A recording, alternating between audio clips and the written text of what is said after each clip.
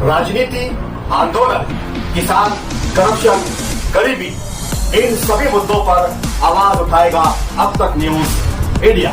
सत्ता के आगे जब भी सवाल कमजोर पड़ने लग जाए तो सवाल उठाने पड़ते हैं। बोल के लफ्ज आजाद है तेरे, बोल के सच जिंदा है अब तक।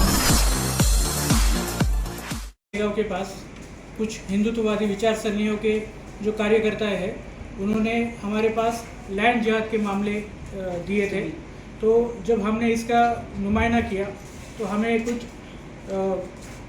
जो चीज़ें हैं वो कायदे के बिना और मतलब बहुत ही जो है कानून के किसी हिसाब को न मानते हुए किए हुए हमें ध्यान में आए।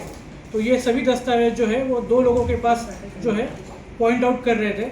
एक का नाम है धर्मा भामरे और दूसरे का नाम है जाकिर स्टैम्प वेंडर। तो ये पूरा प्रकरण क्या है, ये अभी हमारे कायदा सेल के जो अध्यक्ष है एडवोकेट योगेश जी निकम आप सबको बताएंगे।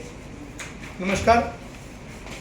आज हमने कुछ महीनों पहले महाराष्ट्र सरकार के कर्तव्यदक्ष मुख्यमंत्री आदरणीय देवेंद्र जी फडणवीस साहब और कनखर महसूल मंत्री आदरणीय बावनकुळे साहब, इनको मालेगांव के जो भू जिहादी है, जो लैंड जिहाद मालेगांव में करवाते हैं, उनके खिलाफ भारतीय जनता पार्टी की ओर से निवेदन दिया था। उसके ऊपर महाराष्ट्र शासन के मुख्यमंत्री साहब और बावनकुळे साहब, इन्होंने एसआईटी गठित की आदेश दिए हैं।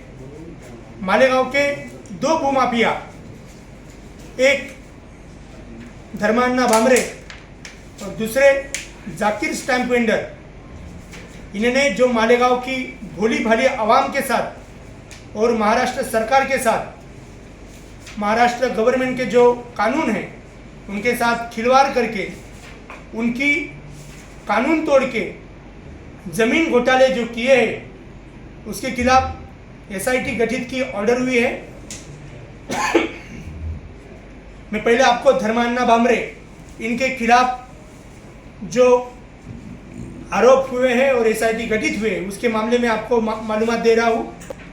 मालेगांव के भूमाफिया धर्मान्ना भामरे, इन्होंने महाराष्ट्र सरकार की फॉरेस्ट लैंड जो होती है, दरेगांव में जो गट नंबर 83 और गट नंबर 38/2, ये दोनों गटों में जो शासन की ज़मीनें थी, वहाँ पे कुछ आदिवासी गरीब भाइयों को हाथ में लेते हुए उनके नाम पे जो वन ज़मीन वन दावा दाखिल करके उनको जो वन ज़मीन शासन ने खाली उनकी उपजीविका ये करने के लिए और उनको पेड़ भरने के लिए जो ज़मीन दी थी जिससे वो अपना गुजारा कर सके, उन ज़मीनों का उन्होंने धर्मान्ना भामरे ने अदला बदली एक्सचेंज खरीदी करवाया, जो खरीदी भी बेकायदेशीर और इलीगल रहा।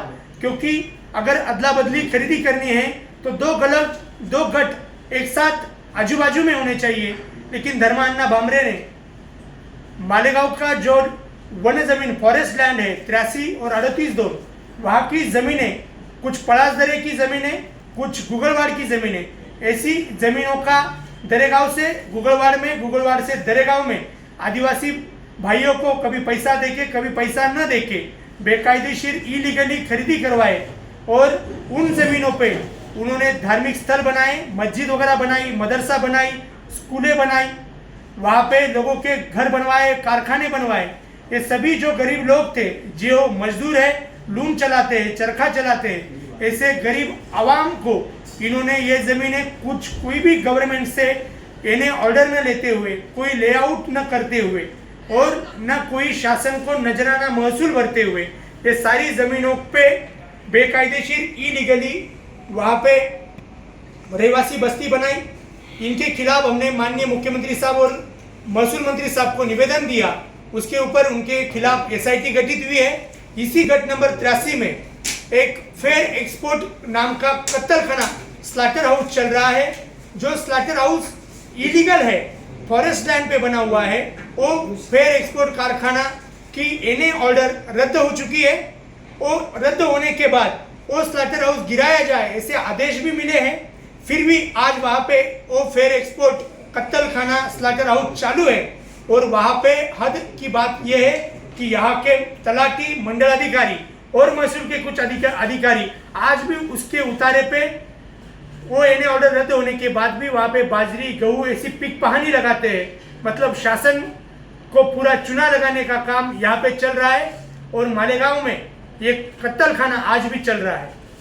वही दूसरी ओर जाकिर स्टैंप वेंडर जाकिर भाइयों ने मालेगांव के जो गट नंबर 114 114 ब 98 99 112 118 119 120 122 ये जो गट है, जो गट कभी 114 114 ब जो खेती के लिए राखी हुए, 122 जो आदिवासी लैंड है फ्लड जोन पे है, 119 जो गट प्राथमिक शाला के लिए रिजर्व है, कोई गट कब्रिस्तान के लिए रिजर्व है। ऐसे जो शासन के रिजर्व गट थे वो सारे रिजर्व गट पे इसने कोई भी शासन से एने ऑर्डर नहीं ली, कोई लेआउट नहीं बनाया, गवर्नमेंट को कोई नजराना नहीं भरा और यहाँ पे पूरी तरह से इलीगल बस्तियां बिठाई है, मस्जिदें, मदरसा, ईदगाह, दरगाह बनाई हुई है और कारखाने बनाए हुए जो कि पूरी तरह इलीगल बस्ती बसी है।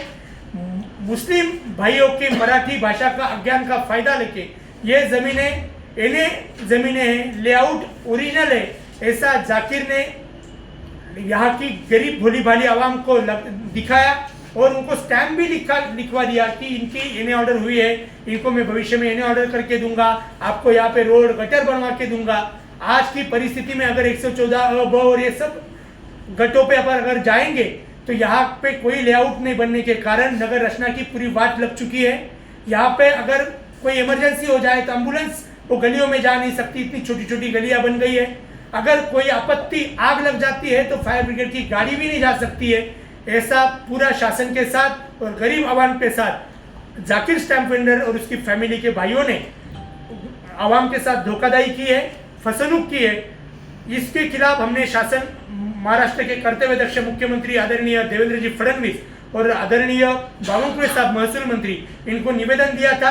उस निवेदन के अनुसार महाराष्ट्र गवर्नमेंट के हिंदू धर्म रक्षक आमदार गोपीचंद जी पडळकर साहब ने लक्ष्यवेदी भी लगाई थी, जिसके कारण महसूल मंत्री साहब ने जाकिर स्टैंप वेंडर और उसके साथियों के साथ और 8 दुय्यम निबंधक अधिकारियों के ऊपर, तत्कालीन प्रांत के ऊपर उनको निलंबित किया गया है और उन सबके ऊपर गुना दाखिल किया जाए और समिति का आह्वान देकर ये सारी बस्तियां भविष्य में ये निष्कासित की जाएगी, गिराई जाएगी और यहाँ का पूरा अतिक्रमण गिराने की पूरी हमारी भारतीय जनता पार्टी की ओर से हम तैयारी कर रहे हैं और आवाम को हम आह्वान दे रहे हैं कि आपके साथ जो धोखाधड़ी ये जाकिर स्टैंप वेंडर की है, आप पुलिस स्टेशन जाए और जाकिर के खिलाफ एफआईआर करवाए, ये हम उनको आह्वान करते हैं। और ऐसे कोई भूमाफिया अगर मालेगांव की आवाम को फंसाते होंगे, गवर्नमेंट को फंसाते होंगे, गवर्नमेंट का महसूल अगर नहीं देते होंगे तो आप हमारे भारतीय जनता पार्टी की तरफ आप एप्लीकेशन दीजिए, हम उसके ऊपर कार्रवाई करेंगे और कोई भूमाफिया को छोड़ेंगे नहीं। इसमें फरियादी कौन है? इसमें फिरियादी मेरे ख्याल से जेडीआर संदीप आहिरे साहब नासिक ये फिरियाद देने वाले हैं या उनकी ओर से रजिस्ट्रार का कोई अधिकारी इसके खिलाफ एफआईआर करने वाला है। वन विभाग की जमीनों का इतना बड़ा मतलब कांड हुआ तो वन विभाग अधिकारी का सो रहते क्या? वन विभाग के सारे जो अधिकारी इसमें सहभागी है उन सब अधिकारियों के ऊपर भी जांच समिति अहवाल कर रही है। उन सब फॉरेस्ट के ऑफिसर वो सोए ही है, इसलिए उनके ऊपर बहुत जल्दी एफआईआर भी होगी और उनको बरतरफ भी किया जाएगा। भारतीय जनता पार्टी किसी को छोड़ेगी नहीं। ये दोनों मामलों में क्या एसआईटी गठित हो गई? धर्मान्ना भामरे के ऊपर चौकसी समिति बैठ गई है, जिसके अध्यक्ष अपर जिलाधिकारी देवदत्त केकांत साहब है और सदस्य प्रांताधिकारी विशाल तहसीलदार और नायब तहसीलदार साहब ये समिति के ऑफिसर हैं। और जाकिर स्टैंप वेंडर के खिलाफ भी समिति अहवाल भेज रही है और उसी में यही अधिकारी सब लोग उसमें। अब इस पे भारतीय जनता पार्टी क्या चाहती है? क्या उन लोगों को वहाँ से, यानी वो इतने धार्मिक स्थल है, वहाँ पे मस्जिद है, मंदिर है, लोगों के घर है, इन सबको तोड़ दिया जाए या फिर वो इलीगल किया उन्होंने दंड भर दिया जाए? क्या इसके अंदर पर्याय? या फिर सिर्फ एक ही एम है कि वो उन घरों को जो है तोड़ दिया? हम आवाम के खिलाफ नहीं है, लेकिन भूमाफियाओं के खिलाफ है। भारतीय जनता पार्टी यही चाहती है कि अगर कुरान शरीफ भी बोलता है कि किसी इलीगल ज़मीन पे मस्जिद बनवाई नहीं जाए और उस पर नमाज भी हराम है, तो ऐसी मस्जिदें हम गिरा के रहेंगे। ये टोटल कितनी ज़मीन है, कितने एकड़ है? ये टोटल कम से कम 70 से 80 एकड़ ज़मीन है, जो 122 है वो आदिवासी ज़मीन है, फ्लड लाइन पे बनी है, वहाँ पे भी दरगाह और ईदगाह बना है, उसका कोई परवानगी लिया गया नहीं है। ऐसे ही जो 119, 120, 114 114 ब ये राखीव गट है, जो कब्रिस्तान के लिए राखीव है, प्राथमिक शाला स्कूल के लिए राखीव है। ये सब गटों को इन्हें ऑर्डर नहीं है, नजराना भरा नहीं है, फिर भी यहाँ पे बस्ती बिठा दी है जो इलीगल है। अगर इलीगल है तो भारतीय जनता पार्टी इसको गिरा के रहेगी। फेयर एक्सपोर्ट का जो आपने कहा, महानगर पालिका ने को आदेश हो गया है कि उसको गिरा देना चाहिए, लेकिन उसके बाद भी महानगर पालिका कार्रवाई नहीं कर रही। आप सत्ता में है तो अभी तक के आपने, क्योंकि ये 4 तारीख का आदेश है, ये गठित ये इसका नहीं, तो अभी तक के क्यों कार्रवाई नहीं? यहाँ के कामचोर और निष्क्रिय आयुक्त इन्होंने लोगों को नोटिस भी दी थी गिराने की, महाराष्ट्र शासन ने जब भेजा था, लेकिन आयुक्त ने कुछ कार्रवाई की नहीं।